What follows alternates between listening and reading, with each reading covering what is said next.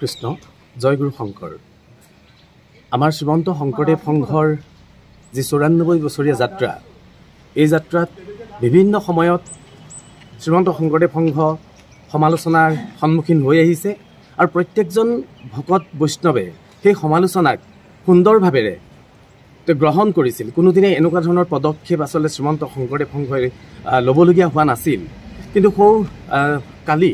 হৈ যোৱা এটা ঘটনাই আমাৰ প্ৰত্যেকজন ভকত বৈষ্ণৱক মৰ্মাহত কৰিছে আমি সকলোৱে জানো যে এখন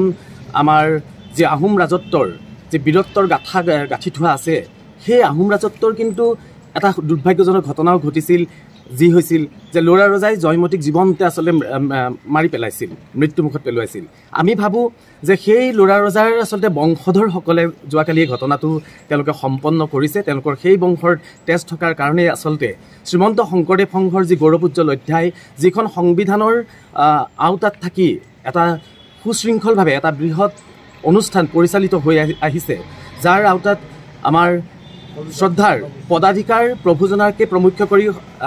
নামঘৰৰ আমাৰ প্ৰাথমিকৰ এজন সাধাৰণ সংগীলৈকে সেই আওতাত আহিছে আৰু আওতাত থাকি পেলাই আমি মান্যতা দি আহিছোঁ আৰু আমাৰ দুখ লগা কথা এইটোৱে যে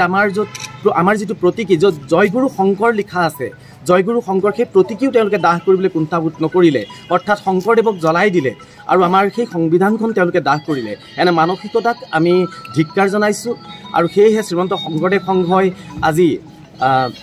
জিলা শাখা আঞ্চলিক শাখাৰ প্ৰাথমিক শাখাই সকলোৱে তেওঁলোকৰ বিৰুদ্ধে গোচৰ ৰুজু কৰিছে আৰু আমিও ব্যতিক্ৰম নহয় কাজিৰঙা আঞ্চলিক শাখা আৰু আমাৰ কেইবাখনো প্ৰাথমিক শাখাই আজি কঁহৰ আৰক্ষী থানাত আমি তেওঁলোকৰ বিৰুদ্ধে গোচৰ ৰুজু কৰিছোঁ আপুনি বিচৰা বাতৰি পাব কেৱল নিউজ 18 এপত